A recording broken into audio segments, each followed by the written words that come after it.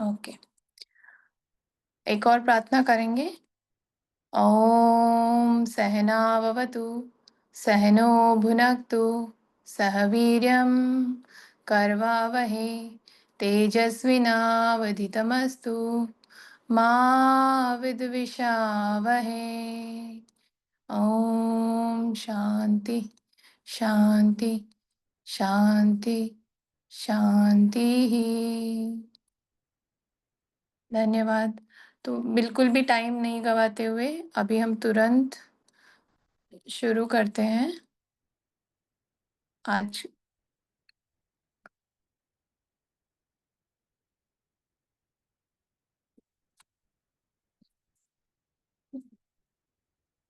आज मैं मोबाइल से ही साइन किया है, तो शायद आपको मेरा वीडियो ना दिखाई दे जब मैं स्क्रीन करूं।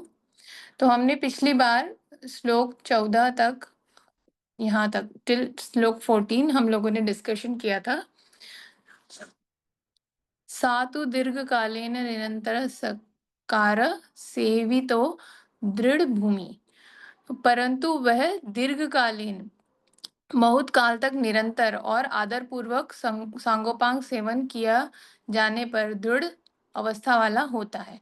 तो यहाँ हम जो साधना है उसके बारे में बात कर रहे थे कि अपने साधन के अभ्यास को दृढ़ बनाने के लिए साधक को चाहिए कि वह साधन में कभी उकतावे नहीं। वह दृढ़ विश्वास रखे कि किया हुआ अभ्यास कभी भी व्यर्थ नहीं होगा। यानी जो भी प्रैक्टिस हम कर रहे हैं योग की, वो हमेशा हमें इस भाव से करनी चाहिए कि जो भी हम प्रैक्टिस कर रहे हैं वो व्यर्थ नहीं होगी। जो भी हम योग के लिए, चाहे वो कोई भी एक चीज ही क्यों ना कर रहे हो, कोई एक ही योगासन को क्यों ना प्रैक्टिस कर रहे हो, तो जो भी आप कर रहे हैं उसका हमेशा कुछ ना कुछ निष्कर्ष जरूर निकलेगा, वो कभी व्यर्थ नहीं जाएगी। इस दृढ़ विश्वास के साथ हमेशा निरंतर हमें करते रहना चाहिए। तो अभ्यास जो है वो निरंतर होना बहुत जरूरी है। यह दृढ़ विश्वास रखने कि क्या हुआ अभ्यास कभी भी किया हुआ अभ्यास कभी व्यर्थ नहीं हो सकता। अभ्यास के बल से मनुष्य निसंदेह अपने लक्ष्य की प्राप्ति कर लेता है। ये समझकर अभ्यास के लिए काल की अवधि न रखें। मतलब कोई काल नहीं होना चाहिए। जैसे अगर कोई एथलीट है, उसका एग्जाम्पल हमने लिया था कि कोई स्पोर्ट्स पर्सन है, अगर वो ऐसा सोचेगा कि मैं तो 10 दिन दौड़ूं तो फिर मुझे रिजल्ट मिल जाना चाहिए, तो उससे रिजल्ट नहीं आएगा। उसे निरंतर लगे रहना होता है कि मुझे रोज प्रैक्टिस करना है, चाहे कुछ भी हो जाए। उसी तरह हम लोगों को भी रोज निरंतर योग के लिए जो भी हमने साधन निश्चित निर्धारित किया है, उसे रोज हमें प्रैक्टिस करना चाहिए।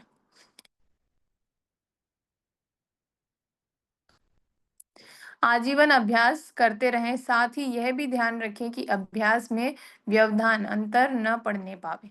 जैसे कोई ध्यान करता है कि या फिर कोई पूजा पाठ करता है, क्योंकि एक भक्ति योग भी एक तरह का योग है। तो अगर वो कुछ भी कर रहे हैं तो उसको रोज करना है, उसके कोई काल अवधि नहीं होती है, आजीवन करना होता है। और ये भी ध्यान रखना होता है कि बीच में कभी ऐसा ना हो कि छूट जाए। निरंतर लगातार अभ्यास चलता रहे तथा अभ्यास में तुच्छ बुद्धि न करें, उसकी अवहेलना न करें। कभी ऐसा ना सोचें कि ये कितने टाइम से कर रहे हैं और फिर भी कुछ नहीं हो रहा है, तो क्या फायदा है इसका। इस तरह से अवहेलना नहीं करनी चाहिए, बल्कि अभ्यास को ही अपने जीवन का आधार मानकर अत्यंत आदर और प्रेम पूर्वक उसे सांगोपांग करते रहें। बल्कि जो भी प्रैक्टिस हम कर रहे हैं, चाहे वो किसी भी तरह की योग साधना हो, उसको पूरी तरह से अपने जीवन का आधार मानकर उसी के लिए दृढ़ता से हमें कोशिश लगातार करते रहनी चाहिए। इस प्रकार किया हुआ अभ्यास दृढ़ होता है। अब संबंध बताया जा रहा है। वैराग्य लक्षण आरंभ करते हुए पहले अपर वैराग्य के लक्षण बतलाते हैं। आपको स्क्रीन दिखाई दे रही है?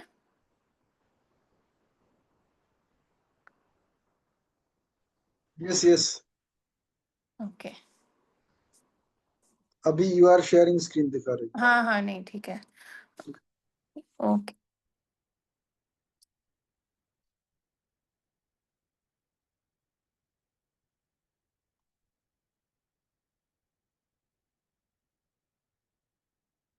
Anybody wants to read 15th shloka?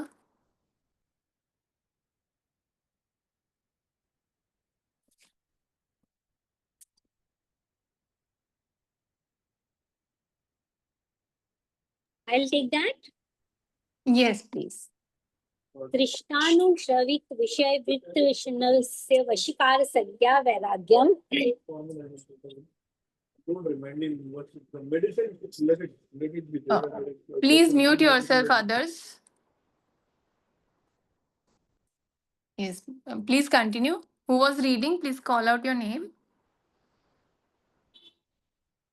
Sorry, Your name, please. Jayashree. Okay, Jayashree, please continue. Okay, Let me mute others first. one second. One second. Oh, guys, I can't see the shloka. Wait.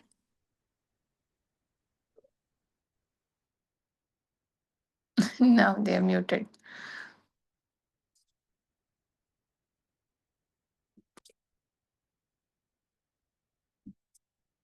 You continue, please, because I'm not able to see the shloka actually. Wait. I'll screen again. Actually, I stopped screening to Okay. mute. Okay, please continue. Now you're able to see?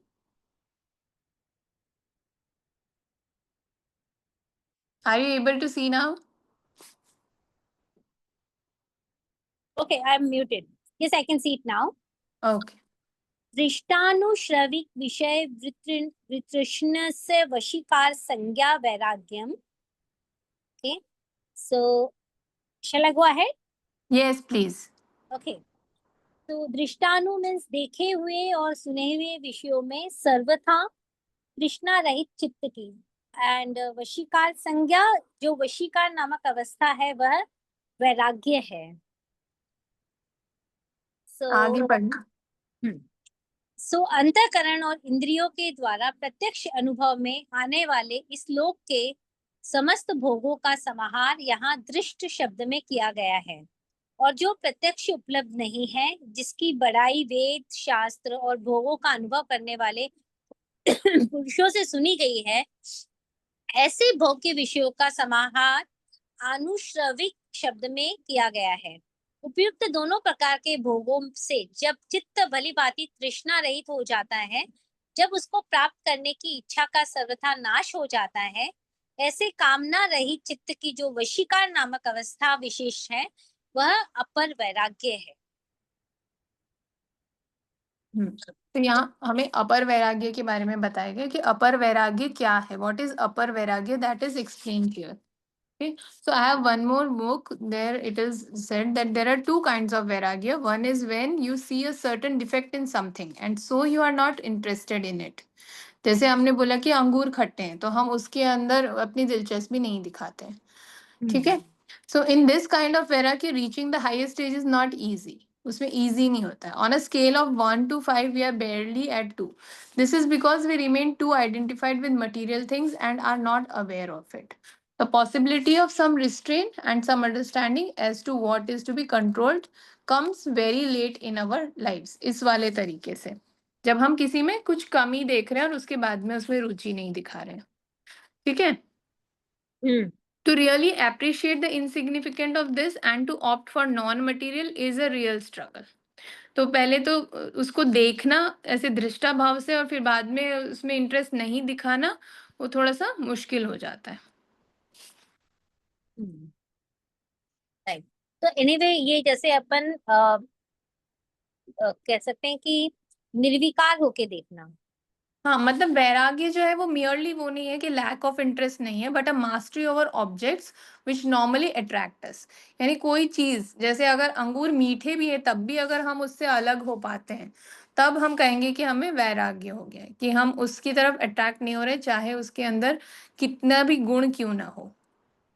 Okay, we try to be free from reaction. Disinterest must be at all levels, inner and outer.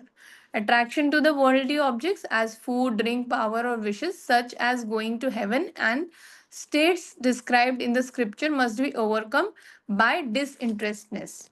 यानी जो हमारा किसी भी चीज़ के लिए, चाहे जैसे एक चीज़ मैंने पढ़ी थी बहुत टाइम पहले कि जो योगी और संत होते हैं, मतलब पहले तो कुछ लोग होते हैं जिनको सब चीज़ें चाहिए होती हैं, इसलिए वो भगवान के पास प्रार्थना करने जाते हैं कि हमें ये चाहिए, वो चाहिए, तो हमें वो दे दो। तो या तो मतलब प्रार्थना करेंगे या माँगेंगे। फिर दूसरे ये होते हैं कि बोलते हैं कि हमें तो ना मोक्ष चाहिए और कुछ नहीं चाहिए। फिर और आगे जो योगी और संत मतलब बोलते हैं मोक्ष भी नहीं चाहिए, उनको तो सीधे भगवान ही चाहिए पूरे के पूरे। तो जब हम इन सब चीज़ों पे है कि हमें कुछ चाहिए, तो वो वैराग्य नहीं है। वैराग्य कब है? जब हम कुछ भी नहीं चाहते हैं। हमारी किसी चीज़ के लिए इच्छा नहीं है। जो भी कुछ हो रहा है, उसको हम दृष्टा भाव से देखते हैं और जो भी हमें मिल रहा है, उसके लिए भी समान भाव है, जो नहीं मिल रहा है, उसके लिए भी समान भाव है। तब वो वैराग्य हो पाएगा, यानी हमें कुछ भी नहीं चाहिए। जो हो रहा है उसको हम सिर्फ ऐसे स्पेक्टेकुलेशन की तरह देख रहे हैं कि बस हमारे सामने ये चीजें घटित हो रही हैं, हम उसमें इन्वॉल्व नहीं हो रहे हैं। क्या मैं अपना पॉइंट ठीक से रख पाई आपके सामने? हाँ हाँ। हम्म। यस।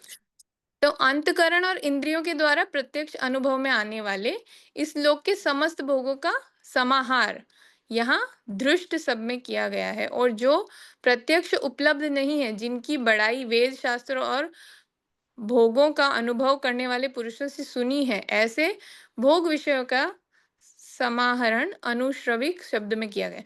तो यहाँ पर दृष्ट और अनुश्रविक दो शब्द यूज किए हैं, जो हमें बता रहे हैं एक तो वो जिनको हम देख सकते हैं प्रत्यक्ष हमारे सामने, हमारे 5 सेंसेस से उनको टच कर सकते हैं, और दूसरे वो जिनके बारे में हमने सुना है, जाना है कि ये बहुत अच्छी चीज, जैसे स्वर्ग हो गया। फिर जैसे आप बोलते हैं कि गौलोक में जाते हैं लोग, भगवान के लोक में चले जाएँगे, तो ये सारी चीज़ें क्या है? ये सारी चीज़ें वो हैं जिनके बारे में सुना है, कहीं स्क्रिप्चर्स में लिखा है, किसी ने कोई बड़े संत महापुरुष ने बताया होगा कि ये बहुत अच्छी चीज़ें हैं, तो वो सुनी हुई चीज़ें हैं। उपरोक्त दोनों प्रकार के भोगों से जब चित्त भली-भाँति तृष्णा रहित हो जाए, यानी इनकी भी डिज़ायर खत्म हो जाए कि जो हमें दिखते हैं हमारे सामने वो वाले सुख, जो कहीं से सुने हैं हमने कि ये बहुत अच्छे सुख हैं, वो भी ये इनके लिए भी जब हमारी डिज़ायर खत्म हो जाए, हम तृष्णा रहित हो जाएँ। तृष्णा यानी डिज़ायर और रहित यानी उसके बिना होना। जब उसको प्राप्त करने की इच्छा सर्वथा नाश हो जाए, ये सब भी हम पा लें, इसकी इच्छा भी जब खत्म हो जाती है, ऐसे कामना रहित चित्त की जो वशीकार नामक अवस्था विशेष है, ऐसे जो ऐसा जो डिजायरलेस माइंड हो जाता है हमारा, उसकी वशीकार नामक अवस्था, उस अवस्था को नाम दिया है वशीकार। उसे अपर वैराग्य कहा गया है। उसे कौन सा वैराग्य कहा गया है? अपर वैराग्य। जी, अपर वैराग्य। अभी आगे आप पढ़ना चाहेंगे? तत्परम पुरुष। हाँ। तत्परम पुरुष ख्याते ख्यातेर गुण वैतृष्ययम। सो पुरुष के ज्ञान से एंड गुण वैतृष्यम, जो प्रकृति के गुणों से तृष्णा का सर्वथा अभाव हो जाता है, तत् वह परम पर वैराग्य है। हाँ, सो या प्लीज गो है। हाँ, पढ़ लीजिए आगे। हाँ। सो पहले बतलाए हुए चित्त की वशीकार संज्ञा रूप से वैराग्य के जब साधक की विषय कामना का अभाव हो जाता है और उसके चित्त का प्रभाव समान भाव से अपने ध्येय के अनुभव में एकाग्र हो जाता है, उसके बाद समाधि परिपक्व होने पर प्रकृति और पुरुष विषयक विवेक ज्ञान प्रकट होता है। उसके होने से जब साधक की तीनों गुणों में और उनके कार्य में किसी प्रकार की किंचित मात्र भी तृष्णा नहीं रहती, जब वह सर्वथा आप्तकाम निष्काम हो जाता है, ऐसी सर्वथा राग रहित अवस्था को पर वैराग्य कहते हैं। तो पर वैराग्य क्या है एक्चुअली? पर वैराग्य जो हायर प्योर कॉन्शियसनेस की तरफ बताया गया है कि जब हम पूरी तरह से जैसे पहले जो तब बताई हुई है वो चित्त की वशीकरण संज्ञा रूप वैराग्य से है। जब साधक की विषयक कामना का अनुभव हो जाता है और उसके चित्त का प्रवाह समान भाव से अपने ध्येय के अनुभव में एकाग्र हो जाता है। यहाँ पर योग सूत्र का ही तीसरे भाग का 12वां श्लोक बताया गया है। उसके बाद समाधि परिपक्व होने पर प्रकृति और पुरुष विषयक विवेक ज्ञान प्रकट होता है। जब विवेक ज्ञान प्रकट होता है कि ये सारा हमें पता है कि भाई ये सारे गुण हैं, सब कुछ है, और उसके बाद भी हमारी उसके अंदर आसक्ति नहीं है, उसमें उसको हम डिजायरलेस होकर के देख पा रहे हैं। उसके होने से जब साधक की तीनों गुण में और उनके कार्य में किसी प्रकार की किंचित मात्र भी तृष्णा नहीं रहती। वो सब होने के बाद में जो हमने 3 गुण देखे थे, उन तीनों गुणों में और उसके कार्य में किसी भी तरह की बिल्कुल भी थोड़ी भी तृष्णा नहीं रहती, कोई भी डिजायर नहीं रहती है।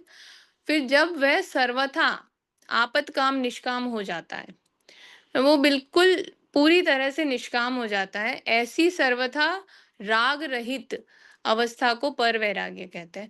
जब कंप्लीटली सारी डिजायर्स खत्म हो गई हो, वैसी जो अवस्था आती है उसको पर वैराग्य कहते हैं। गीता में भी योगारूढ़ अवस्था का वर्ण करते हुए कहा है, यदा ही नेन्द्रियार्थेषु न कर्म स्वनुष्जयते सर्वसंकल्प संन्यासी सन्यासी योग रूढ़स्तदोच्यते। जब योगी न तो इंद्रियों के विषयों में और न कर्मों के ही आसक्त होते हैं तथा सब प्रकार के संकल्पों का भली भांति त्याग कर देते हैं। संकल्प क्या है? इंटेंशंस है, ठीक है, तब वह योगारूढ़ कहलाते हैं। तो यहाँ पर क्या कहा है कि जब हम हर तरह की इंटेंशन ही छोड़ देते हैं कि कुछ भी नहीं चाहिए, जो भी हो रहा है वो हम बिल्कुल ऐसे देख रहे हैं कि बस वो हमारे थ्रू हो रहा है, हमारी कोई डिजायर, कोई इंटेंशन नहीं रहती, हमारी कोई भी तरह की उसके अंदर आसक्ति नहीं है। We are not having any kind of connection with that, मतलब हम उसको इस तरह से नहीं देखते कि ये मेरे लिए हो रहा है, बट कि इट इज हैपनिंग थ्रू मी। मैं कुछ चाह रही हूँ इसलिए हो रहा है ऐसा नहीं है, बस वो मेरे थ्रू हो रहा है। इसमें संबंध क्या बताया है? इस प्रकार चित्त की वृत्ति निरोध के उपायों का वर्ण करके जब चित्त वृत्ति निरोध रूप निर्बीज योग का स्वरूप बतलाने के लिए पहले उसके पूर्वक की अवस्था का संप्रज्ञात योग के नाम से अवतरत भेदों के सहित वर्ण करते हैं। कि उसमें संबंध क्या बता रहे हैं अभी वो, कि निर्बीज योग का जो स्वरूप है ना उसको बतला रहे हैं, और पूर्व की अवस्था का संप्रज्ञात योग के नाम से अवान्तर भेदों में सहित वर्णित करते हैं, उसको उसके साथ में वर्णित करते हैं। तो चित्त वृत्ति जो निरोध है ना वो निर्बीज योग का स्वरूप है। तो फिर बाद में हमारा कोई कोई भी तरह का कुछ भी जो डिजायर नहीं देती, चित्त की जो वृत्तियां है ना उनका निरोध पूरी तरह से हो जाता है। तो चित्त की वृत्तियां भी हमने पढ़ी थी आगे पहले कि 5 तरह की वृत्तियां होती हैं।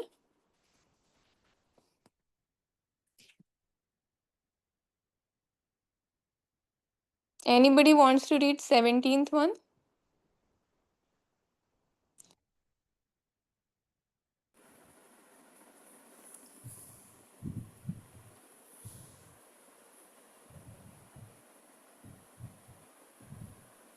वितर्क विचारानंद अस्मिता अनुगमात् संप्रज्ञातः।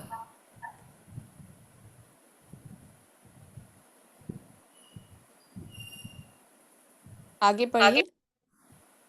अच्छा, हिंदी भी पढ़ना है? हाँ, नीचे जो लिखा है वितर्क विचार आनंद। ओके। वितर्क विचार आनंद और अस्मिता, इन चारों के संबंध से युक्त चित्त वृत्ति का समाधान संप्रज्ञात अर्थात संप्रज्ञात योग है। संप्रज्ञात योग के ध्येय पदार्थ 3 माने गए हैं: ग्राह्य, इंद्रियों के स्थूल और सूक्ष्म विषय; नंबर 2 ग्रहण, इंद्रियां और अंतःकरण; तथा नंबर 3 ग्रहिता, बुद्धि के साथ एक रूप हुआ पुरुष। जब ग्राह्य पदार्थों के स्थूल रूप में समाधि की जाती है उस समय समाधि में जब तक शब्द, अर्थ और ज्ञान का विकल्प वर्तमान रहता है, तब तक तो वह सवितर्क समाधि है, और जब इनका विकल्प नहीं रहता, तब वही निर्वितर्क कही जाती है।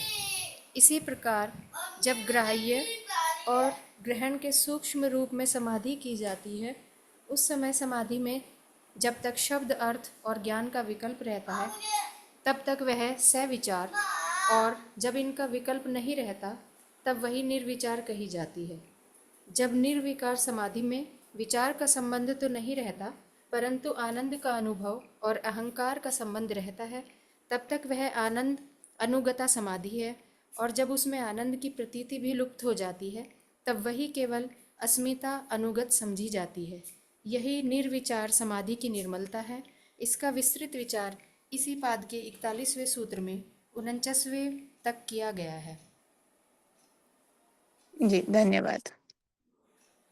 तो हमने जो पहले जो सूत्र पढ़ा ना, उसका यहाँ पर जो इंग्लिश वर्जन है उसमें भी एक अच्छा एक्सप्लेनेशन दिया गया है। That is a beautiful explanation here. So it says that other stage where the external stage has been crossed and now only the mental desires are focused upon is possible only for the higher evolved person. जो higher evolve person होंगे वही अभी mental desires को control कर पाएंगे. What is being talked of here is more positive, वो ज़्यादा positive. It is not the question of being disinterested and giving away, but rather of possessing something and therefore not getting interested in any other thing. Meera, for example, said that I have Krishna with me and I am not interested in anything else. तो हमने जो पहले पढ़ा था ये श्लोक 16वां श्लोक जो पढ़ा था हमने, उसके बारे में यहाँ बात हो रही है कि कुछ है और उसके बाद में हमें और कुछ की इच्छा नहीं रहती है. The highest disinterest is possible only when there is a total awareness of pure consciousness. जैसे कि मैंने कहा कि हमारे थ्रू चीजें हो रही है, ये कॉन्शियसनेस हमारे अंदर आ जाए कि हम कुछ नहीं कर रहे हैं, हम कुछ पा नहीं रहे हैं, कुछ छोड़ नहीं रहे हैं, सब कुछ हमारे थ्रू हो रहा है. ऐसी जब प्योर कॉन्शियसनेस आ जाती है, one cultivates a disinterest towards the components which are at the bottom of the entire creation. The glamour, the glitter that attract us is all because of the gunas. वो सब गुणों की वजह से होता है. It is like knowing the actors while seeing the play. You know the villain and you know what he will do. You know all his moves, even if he talks like a saint. You know the next moment he will act like a villain. All the creation behaves according to a formula, and those who know the formula do not get disturbed. That is why is meant by disinterestedness in the gunas. As against this, Purusha is pure and unchangeable. You have to reach that stage. तो जो हम जिस वैराग्य की बात कर रहे हैं यहाँ पर वैराग्य की, तो उसमें पहुंचने के लिए हमें उस स्टेज तक पहुंचना होता है जहाँ पे हम किसी भी चीज़ से डिस्टर्ब नहीं होते हैं, कोई डिजायर और बाकी नहीं रह जाती है.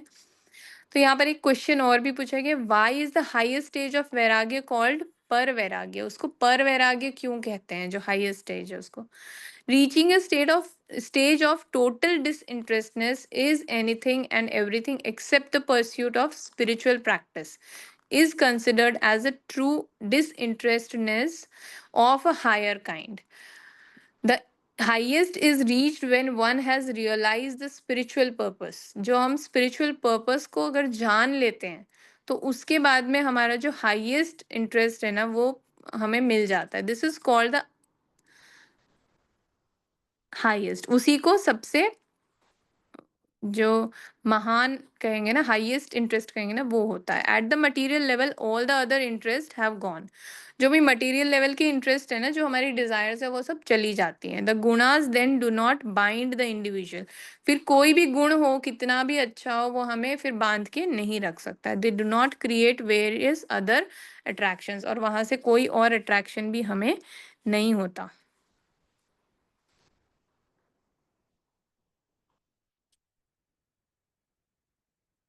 यहाँ एक और चीज लिखी है, all this sounds intimidating to the lay person. A student who is just starting to learn yoga can find it discouraging. What is your advice to them. यहाँ पर किसी का कॉन्वर्जेशन है, तो उसी में आगे बताया कि वेल दिस पाथ ऑफ योग इज फॉर एवरीबडी, ये सबके लिए है। The question is whether an individual has set his और हर गोल इन लाइफ, उन्होंने अपना गोल सेट किया है कि नहीं। If one is clear and determined, then these are the steps that have been laid out since ancient times. But over 99.9% are not interested in this. For them, yoga is just restricting to talking, reading, and discussing, but not actually doing it. But what one can actually do is to keep trying a little and being in a very, very small way. This would be technically the first step to keep clarifying in one's mind, to read, discuss, and think, keeping a certain purpose in mind with sincerity. For example, one can start with seeing that one does not hurt others verbally or mentally with negative thoughts and feelings. ये बहुत ज़रूरी चीज़ है कि इसको हम अहिंसा कहते हैं, कि हमारी डिज़ायर्स इतना कंट्रोल हो जाएँ कि हम वाणी, विचार, वर्तन किसी भी तरीके से ना किसी और को हर्ट नहीं करें।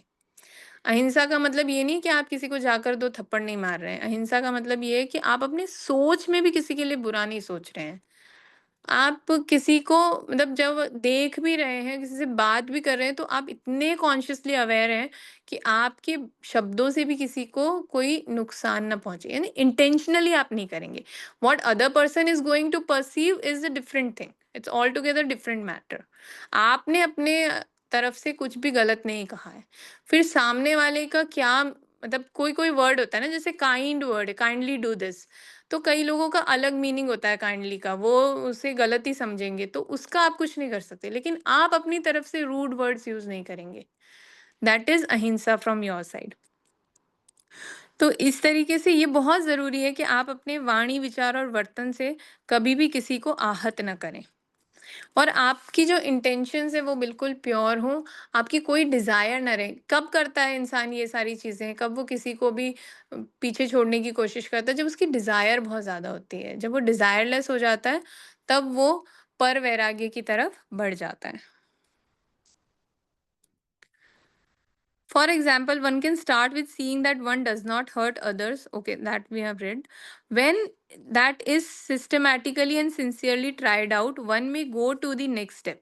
जब हम ये करना सीख जाएं, उसके बाद में नेक्स्ट स्टेप जा सकते हैं। The advantage is that once you follow everything sincerely, it is also certain results.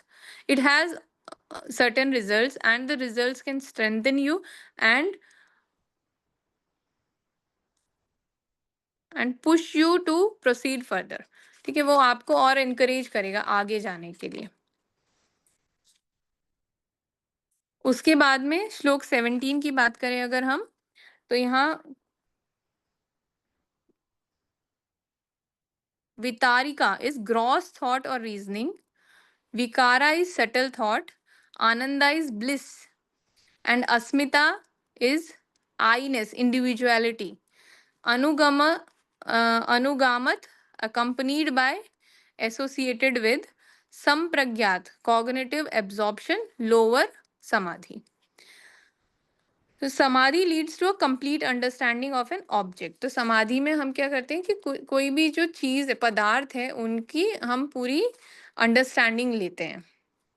जैसे यहाँ पर भी बोला है, संप्रज्ञात योग के ध्येय पदार्थ 3 माने गए हैं: ग्राह्य, इंद्रिय के स्थूल और सूक्ष्म विषय; ग्रहण, इंद्रियों और अंतःकरण, ग्रहण करना मतलब इंद्रियां और उनका अंतःकरण; और ग्रहिता, बुद्धि के साथ एक रूप हुआ पुरुष। ये ग्राह्य पदार्थ के स्थूल रूप में समाधि की जाती है। उस समय समाधि में जब तक शब्द, अर्थ और ज्ञान का विकल्प वर्तमान रहता है, तब तक वह स्वितर्क समाधि है, और जब इनका विकल्प नहीं रहता, तब वह निवितर्क कही जाती है। इस प्रकार जब ग्राह्य और ग्रहण के सूक्ष्म रूप में समाधि की जाती है, उस समय समाधि में जब तक शब्द, अर्थ और ज्ञान का विकल्प रहता है, तब तक वह सविचार, और जब इनका विकल्प नहीं रहता, तब वह निर्विचार कही जाती है। तो जैसे हम ये जो भी हमारे सामने विषय है, यानी vishaya vishaya are things in front of us, और जो हमारे सेंसेस हैं उनके उनके थ्रू उनका मीनिंग समझकर और फिर बाद में हम जो समाधि करते हैं, तो उसको उसमें जब कोई ऑप्शंस हमें नजर आते हैं, यानी और भी कुछ हो सकता है उसके साथ साथ में, तब तक तो वो सवितर्क समाधि है। और उसके बाद में जब हम इनसे इन सब अटैचमेंट्स को, मीनिंग्स को भी छोड़ देते हैं, तब वो निर्वितर्क कही जाती है।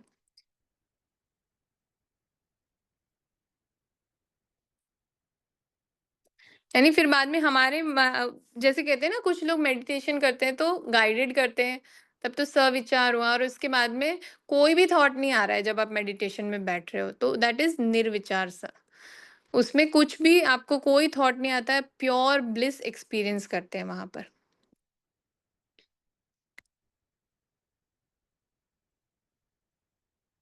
जब निर्विचार समाधि में विचार का संबंध तो नहीं रहता, परंतु आनंद का अनुभव और अहंकार का संबंध रहता है, तब तक वह आनंद गुणात समाधि। तब तक हमें वो ब्लिस की जो फीलिंग आ रही है, वो एक और चीज हो गई, एक और स्टेज हो गई समाधि की, आनंद गुणात समाधि। और जब उसमें आनंद की प्रतीति भी लुप्त हो जाती है, जब वो ब्लिस महसूस होना भी बंद हो जाता है, तब वही केवल अस्मिता गुणात समझी जाती है। यही निर्विचार समाधि की निर्मलता है। इसका विस्तृत विचार इसके इसी पाद के 41वें सूत्र से 39वें वेतक सॉरी 39वें तक किया गया है। तो 41 सूत्र 41 से लेकर के 49 में यही चीज एक्सप्लेन की गई है कि कैसे निर्विचार समाधि कितनी निर्मल है, और इसी पाद में है वो।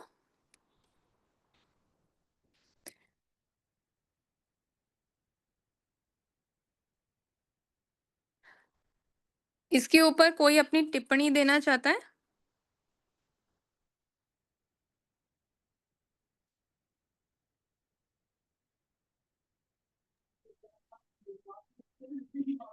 हेलो। हाँ। हाँ, निर्विचार समाधि यानी कि आप ध्यान कर रहे हो, उसके अंदर कोई विचार नहीं आना, हम्म। उसका मतलब यही है क्या? हाँ, मतलब कोई विचार नहीं आना, आप बिल्कुल सहज होकर बैठ रहे हैं। और आपको। उसका कुछ और जी उसका बोलिए। कोई समय अवधि है, मतलब कि समय अवधि है कि 1 घंटा, 2 घंटा, आधा घंटा, 15 मिनट, 5 मिनट, ऐसा कुछ समय अवधि है उसमें कोई? जितना कुछ मैंने पढ़ा है, जाना है, जो एक आचार्य जी हैं उनसे मेरा इंटरेक्शन रहता है, तो उनसे जब मैंने इस विषय पर जब भी चर्चा की है, तो मेरी लिमिटेड नॉलेज के अकॉर्डिंग अभी तक, क्योंकि मैंने तो अभी तक इतनी निर्विचार समाधि एक्सपीरियंस नहीं की है, तो उसके अकॉर्डिंग ये कि कोई समय अवधि रह नहीं जाती है फिर। जब आप अगर निर्विचार समाधि में बैठने लग जाते हैं, और आपको अभी तक जो मैंने एक्सपीरियंस किया है वो तो सिर्फ आनंदमय तक ही है, उसके आगे मैं नहीं पहुंची हूँ अभी तक। हम्म। तो वहां तक ये है कि आप प्योर ब्लिस में होते हैं, आपको टाइम का कोई रहता नहीं है, थॉट नहीं रहता है टाइम का कुछ। ये भी नहीं रहता है कि इतनी देर हो गई मुझे बैठे हुए या ऐसा कुछ। यू डोंट एक्सपीरियंस दैट कितना टाइम हो गया, क्या हो गया, आप उससे बिल्कुल अलग हो जाते हैं समय से। आपको किसी भी तरह की कोई चिंता नहीं रहती है उसमें, हाँ, कितनी देर हो तो गई या फिर कितनी इसका देर हम मतलब तो बैठे हैं। ये है कि अभी। हाँ, हाँ, जी हाँ, बोलिए। वो तो हाँ, मत जो मैं समझाऊं वो मैं आपको पूछ रहा हूँ। हुँ, मतलब निर्विचार जो ध्यान में बैठे हैं, इसका हुँ। मतलब कि निर्विचार से भी आगे जाना है, सविकल्प समाधि, निर्विकल्प समाधि, जी। विचार के बाद में। हुँ। इसका मतलब यही हो गया ना? ओके। आभार। धन्यवाद। तो यहाँ जो एक और वर्ज़न मेरे पास बुक का है, उसमें यहाँ लिखा है कि samadhi leads to a complete understanding of an object. Ordinarily, our understanding of thing is very fragmentary. We get attracted at any one aspect, either the external form or the idea associated with the object. But the form or the idea is not the thing.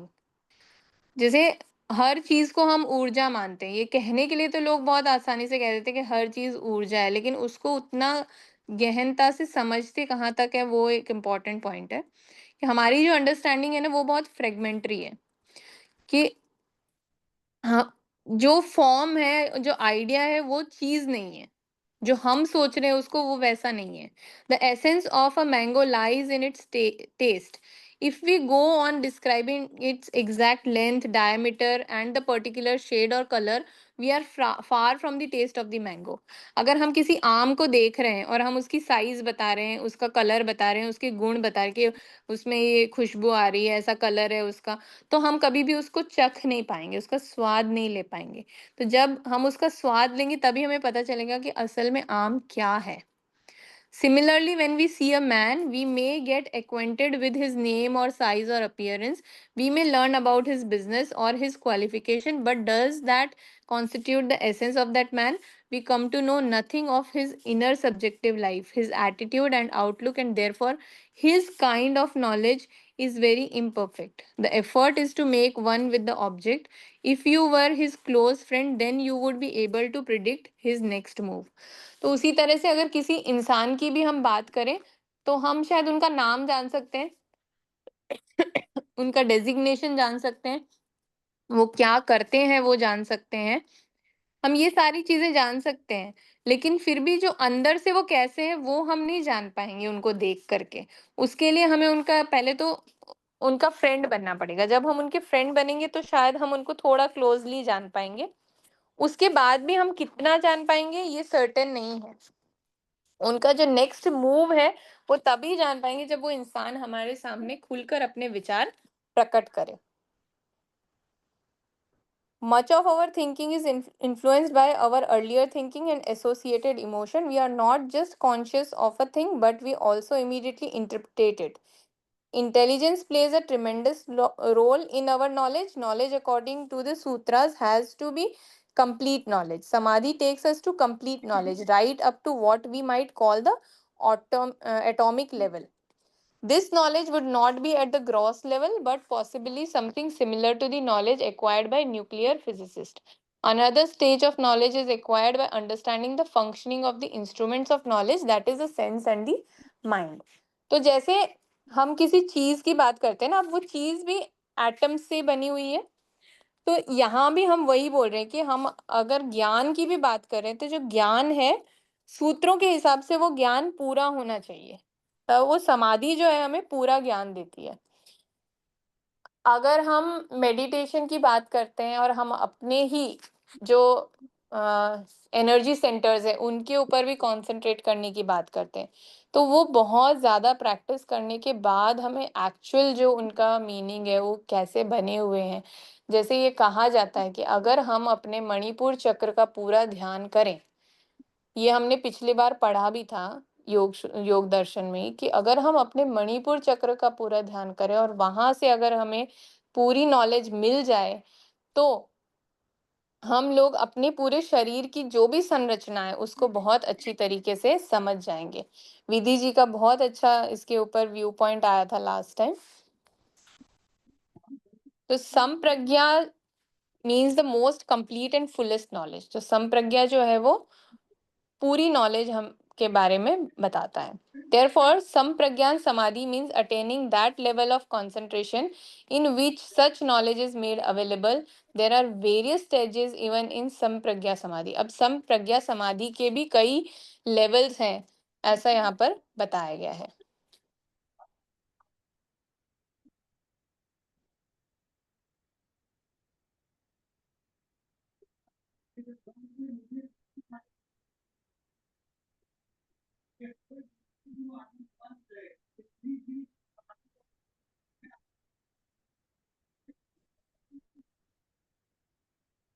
तो यहाँ पर हमारे जो महर्षि पतंजलि है वो हमें ये कह रहे हैं कि जो संप्रज्ञा समाधि है वो भी कंप्लीट नॉलेज का स्टेज नहीं है, उसके अलग अलग स्टेजेस हैं, और उसमें भी वो कह रहे हैं कि वितर्क वितर्क विकार, आनंद और अस्मिता, ये भी 4 अलग अलग स्टेजेस हैं।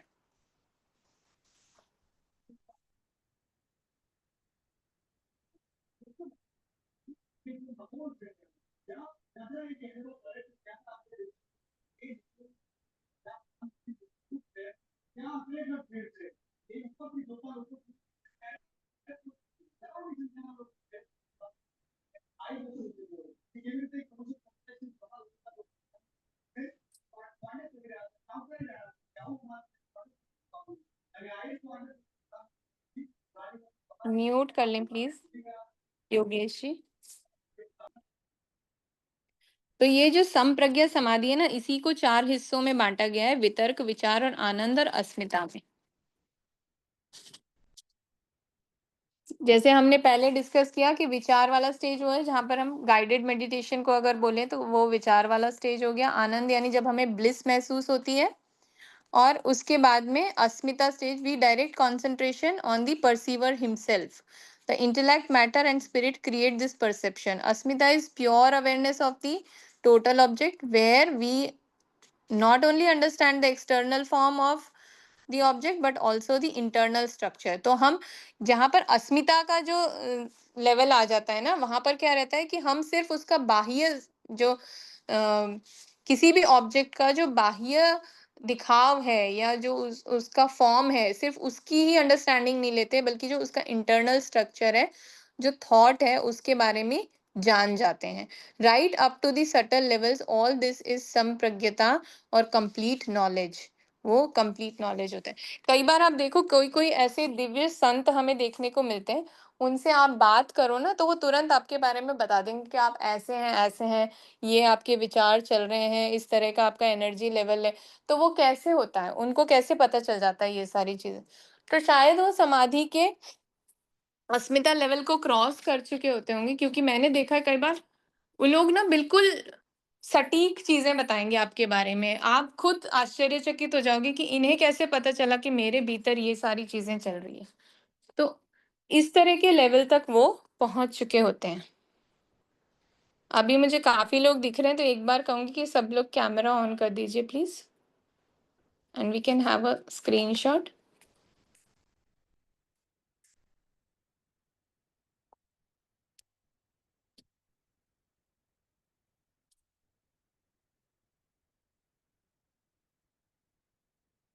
Pinaki ji, if you can take, please take one screenshot. Look into the camera and smile. Vidhi.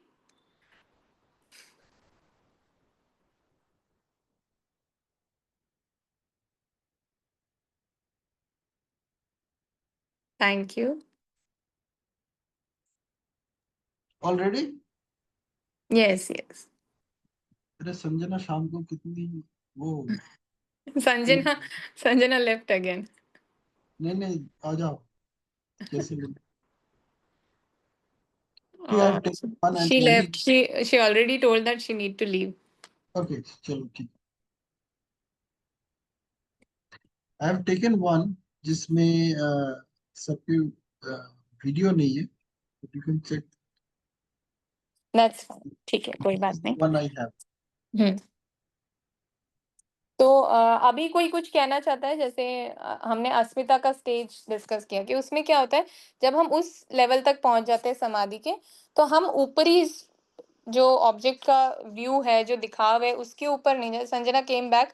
Sanjana please turn on your camera. Yeah, तो उसमें हम क्या है कि now ऊपरी I am here. बाह्य दिखाव नहीं देखते हैं, बल्कि हम देखते हैं कि अंदर से। Yes Sanjana, you are saying something.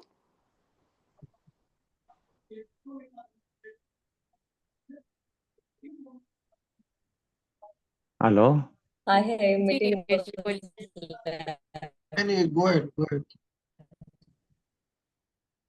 Hello. जी बोलिए योगेश जी। हाँ हाँ, जो मैंने आपको पूछा था ना, मैं कुछ ऐसे योगियों को मिला भी हूँ जो आपने बताया ना कि आपको देख के बता देते हैं आपके दिमाग में क्या चलता है। जी जी जी। तो वो उनको जब मैंने उसका राज पूछा कि भाई ये इसके पीछे की आपकी साधना क्या है, तो उनकी बरसों की साधना है, और उन्होंने एक जो चीज बताई वो मैं आप सबके साथ में शेयर करना चाहता हूँ। अगर आप में से किसी को भी कोई ये कर सका तो बहुत बड़ी बात हो जाएगी। जी बिल्कुल। इन्होंने क्या बताया कि आदमी का जो अ, गर्भधारण होता है वो 9 महीना ने 9 दिन, 9 मास और 9 दिन माँ के पेट में रहता है। उसके ऊपर पूरा चंद्रमा का कंट्रोल रहता है। उन्होंने जी। जो बताया मैं बता रहा हूँ, हम्म। मेरा इसमें कोई अनुभव नहीं है। अरे जी। उन्होंने जो बताया मैं बता रहा हूँ। तो उन्होंने बोला और हर रोज चंद्रमा या तो 49 मिनट माने 48 या 49 मिनट पहले उगता है। मतलब जैसे कि एक पहले एकम रहती है, द्वितीया रहती है, तृतीया, जैसे तिथियां बढ़ती जाती है वैसे वो 49 मिनट बाद में उगते रहता है। और जैसे वो वध पक्ष या तो कृष्ण पक्ष आता है तो वो 39 मिनट कम होते जाके जाके वो क्षीण हो जाता है। जी। तो उनका कहना है कि आपको अगर ये सिद्धि पानी है तो आपको एक ही जगह, एक ही समय पे, समझो आप 6 बजे कहीं भी बैठ के, जो ये समझो निर्विचार समाधि, जो आप हमारी अभी डिस्कशन हुई ना कि निर्विचार के हमारे भी दिमाग में कोई भी विचार नहीं आते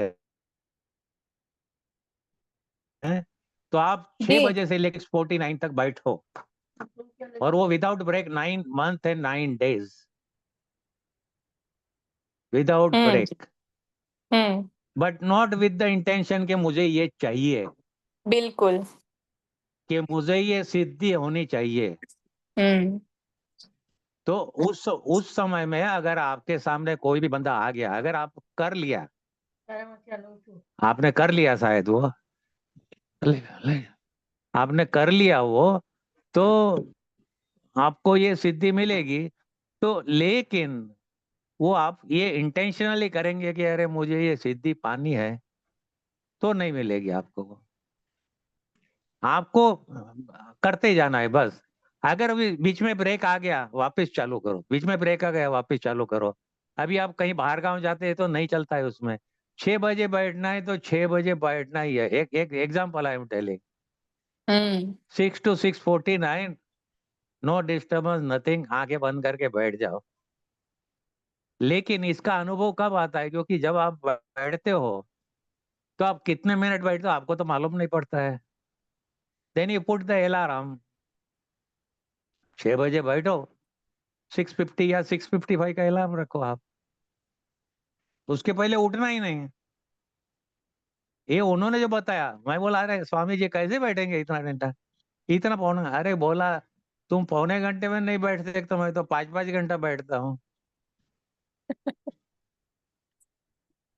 जी बिल्कुल। तो तो ये और उन्होंने जी बोलिए। उन्होंने हाँ, तो उन्होंने ये भी बताया कि अगर आपको ये चीज, समझो 24 घंटे में कोई भी आपके पास में आ गया तो आप तो जान जाएंगे कि इसके सामने क्या है। लेकिन वो जानने के लिए आपको हर रोज उसका टाइमिंग चेंज करना पड़ता है।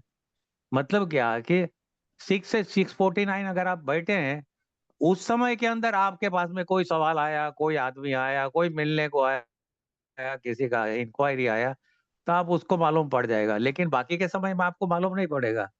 तो 24 घंटे के लिए करने के लिए आपको, आज आप 6 से 6:49 बैठे हैं, तो दूसरे दिन आपको 6:50 से लेके और 59 मिनट बैठता है। तो every day your time changes.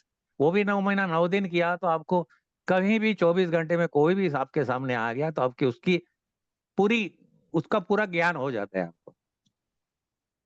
जी। तो अभी हमने जो ये अभी उन्होंने पहला, बताई हुई चीज है। हाँ बिल्कुल बिल्कुल, ये डिस्कशन मेरा आचार्य जी हाँ, के साथ भी हुआ था और उन्होंने भी सेम ही चीज बोली। अब जैसे आप जो बोल रहे हो ना, ये थोड़ा मुश्किल है गृहस्थों के लिए करना। तो आचार्य जी ने इसके लिए एक बहुत साधारण सा सिंपल मेथड बताया। उन्होंने बोला कि माला लोग करते हैं, तो माला करते हुए आपको बोलना नहीं है, आपको मन में माला करनी है। आप कोई भी एक मंत्र लीजिए और जैसा आपने कहा वैसे ही एक फिक्स टाइम, जो फिक्स टाइम आपने फिक्स किया उसी टाइम पे करना है। तो आपको समय भी देखना नहीं पड़ेगा कि किस समय पर आप बैठे, किस समय पर उठे। भाई आप माला बढ़ाते जाइए। जो आपने बोला, अभी देखिए जो आपने बोला उसी को मैं बता रही हूँ। आपने बोला कि पहले हाँ, पौना घंटा बैठ रहे हैं फिर उसको बढ़ा रहे हैं, तो आप माला बढ़ाइए। आप पहले एक माला करते हाँ, थे, दो कीजिए, तीन कीजिए। तो अवधि बढ़ गई आपकी। आप जब माला करेंगे तो आप निर्विचार में ही चले जाएँगे, आनंद में भी जाएँगे और उसके बाद में जो हम अभी अस्मिता की स्टेज की बात कर रहे हैं, वहाँ भी आप पहुँच जाएँगे माला करते हुए। तो आपको ये भी ज्ञान रखने की ज़रूरत नहीं पड़ेगी कितना टाइम हुआ, कितना नहीं हुआ, कोई अलार्म की ज़रूरत नहीं है। आप वो माला कर रहे हैं, उस जाप में आप इतने आगे चले जाएँगे कि आपका जाप अपने आप हो रहा है, आपको भी ध्यान नहीं है उसका। तो इस तरह की जो समाधि नहीं, अपने आप वो आपकी लग जाएगी। आपकी बात सही है बिल्कुल। जी। और इनमें सब एनएलपी जानने वाले हैं क्या कोई? जी, जी, है एनएलपी जानने वाले हैं यहाँ पर। तो- पर अभी हाँ, अभी हम एक बार मैं जो पॉइंट पुट अभी अप कर रही हाँ थी हाँ वो कर देती हूँ कि जैसे हमने हाँ ये हमने जो जिस श्लोक से शुरुआत की थी उसमें भी यही बात की थी हमने कि हाँ, कहाँ गया वो?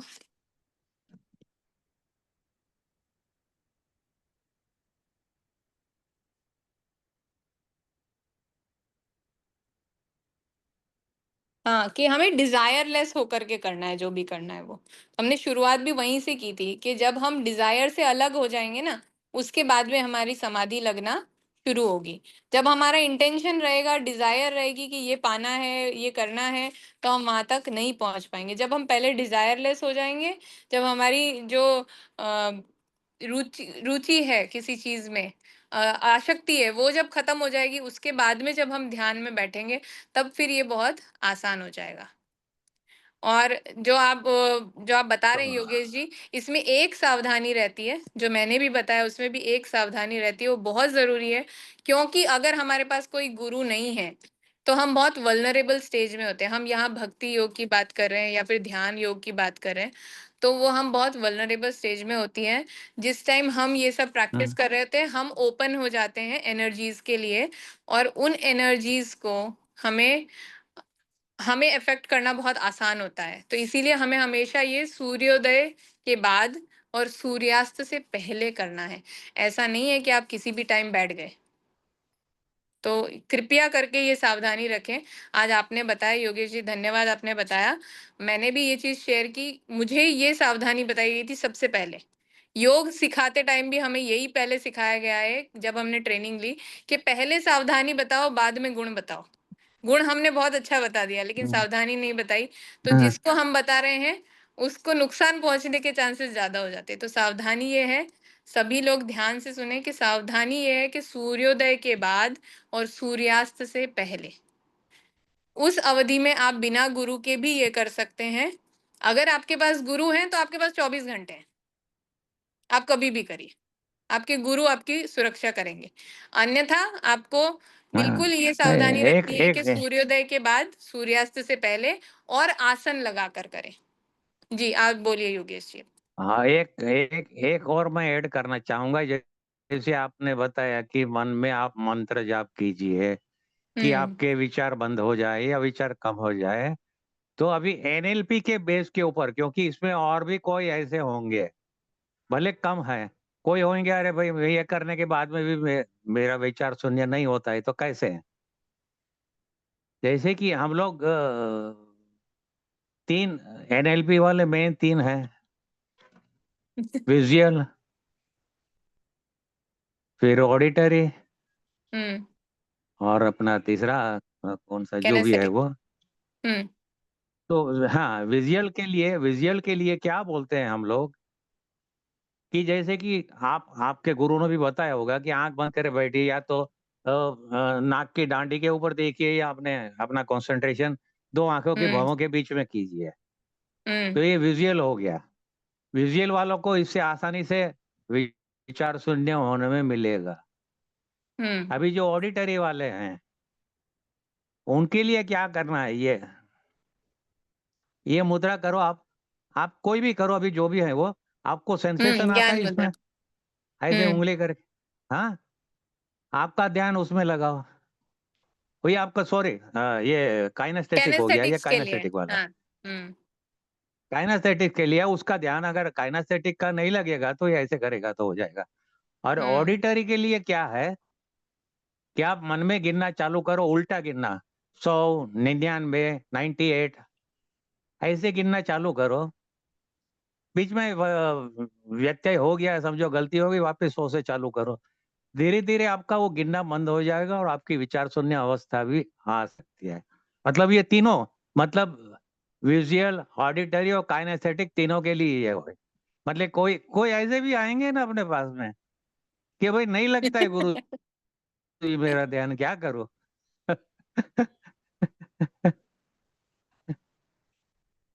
सॉरी आपका ज़्यादा टाइम ले लिया मैंने आज, नहीं, नहीं, मतलब आई डोंट बिल्कुल नो नहीं whether I am Yogesh ji. Right और रॉन्ग, ये लेकिन ये मैंने हमने बोला कि नहीं है, जी, जी।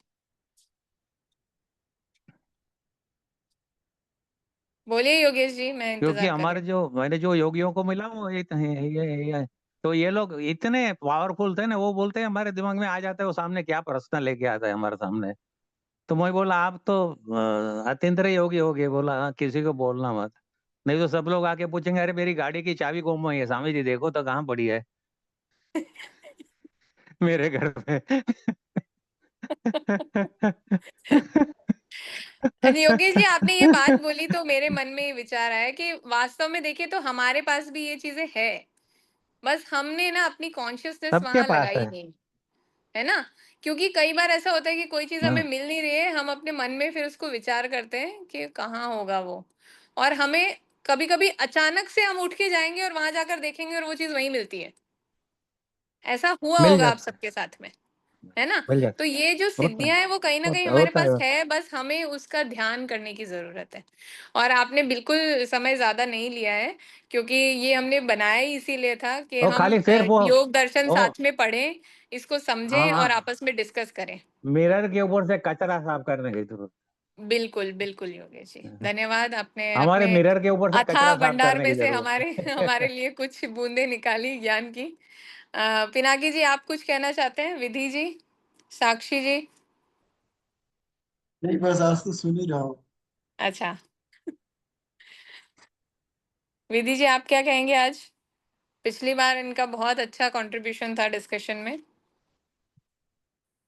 सॉरी, आज थोड़ा मैं काम में भी हूँ, लेकिन जो निर्विचार है यही सब्जेक्ट पे चल रहा है ना डिस्कशन।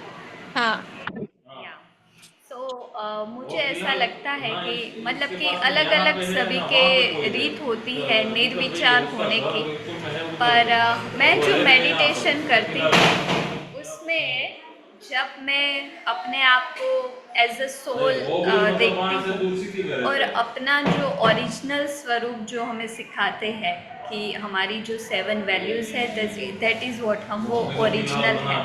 तो जब मैं उनका स्वरूप बन जाती हूँ कि I am love, I am peace, I am happiness, I am joy, I am power, तो धीरे धीरे करते जैसे ही मैं उसमें स्वरूप बन जाती हूँ, तो ये एक प्रैक्टिस हो गई अभी, तो मुझे 1 सेकेंड ही लगता है उस स्वरूप में स्थित होने में।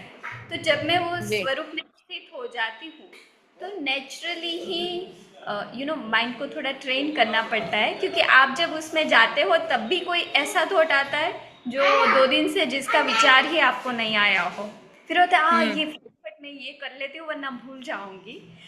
But that's what your exam is, कि वो विचार में ले जा रहा है और आपको निर्विचार होना है, आपको अगेन उस स्वरूप में स्थित होना है। सो यू से कि नहीं बाद में याद दिलाना, अभी नहीं, अभी इसमें रहना है। सो ऐसे करते करते उससे क्या होता है, जो मैंने अपने आप मंथन करके जो सोचा है कि मैं आनंद हूँ तो उसका अनुभव मुझे कैसा होना चाहिए, मैं शक्ति हूँ तो मुझे क्या फील होना चाहिए, तो वो जब मैं वो फील करती हूँ ना तब वो फुलफिलमेंट वाली फीलिंग आती है। तब ऐसा कोई भी चीज़ नहीं होती जो मुझे करना है, क्योंकि उस स्वरूप में ना मुझे आँखें हैं, ना मुझे कान है, ना मुझे दिमाग है, ना मुझे मेरे पास जीभ है, ना मेरे पास विचार करने के लिए भी कुछ है, राइट। तो जब उस स्टेट में होते हैं ना तो ना कुछ करना है, मतलब कोई भी इंद्रिय की उसमें एक्टिविटी है ही नहीं, है ना, विचार भी नहीं है, बस वो अपने आप में वो जो वैल्यूज है।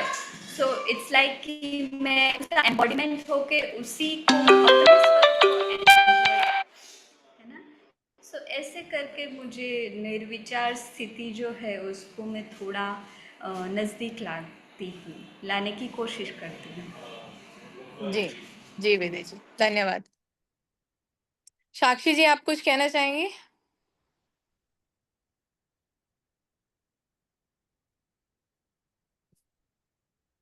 साक्षी जी भी शायद लिसनिंग मोड में ही है।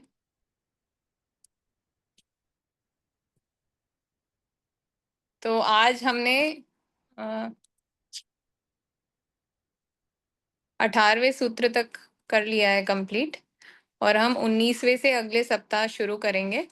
और जो लोग चाहें वो अपनी तरफ से घर पे भी थोड़ा अध्ययन करके आ सकते हैं। और जैसे आज योगेश जी ने इनपुट दिया, बहुत अच्छा, सुंदर, तो कोई चाहे तो प्रैक्टिस करके देखे कुछ दिन, और फिर अपना फीडबैक भी दें कि कैसा आपको महसूस होता है। आप दोनों में से कोई भी विधि लगा सकते हैं।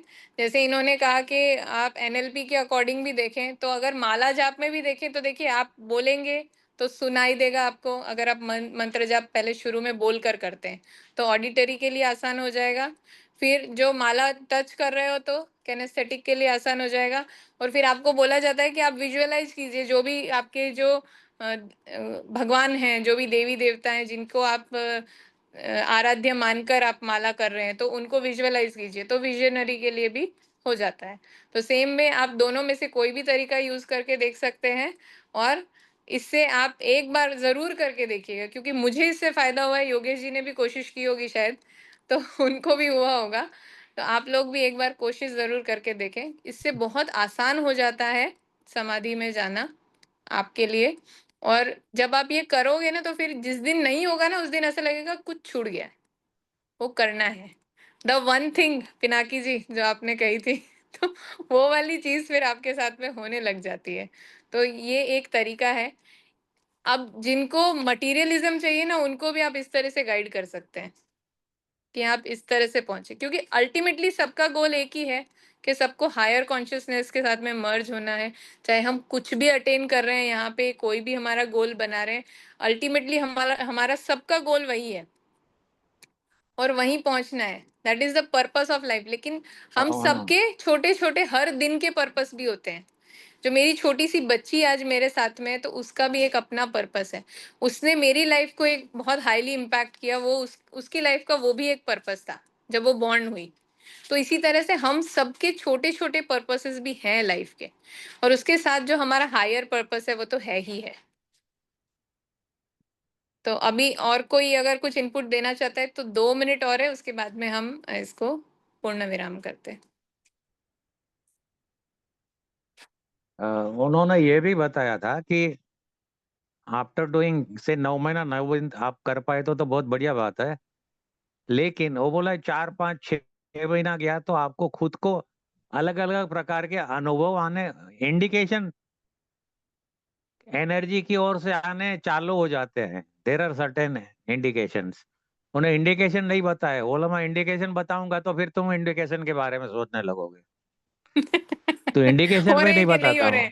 हैं अनुभव हो रहे हैं कि नहीं, उसके बारे में हाँ विचार तो आने फिर, लग जाएगा। हाँ अनुभव होंगे तो आपको सहज ही हाँ पता चल हाँ जाता तो है कि फिर, हाँ, अनुभव हो रहे हैं।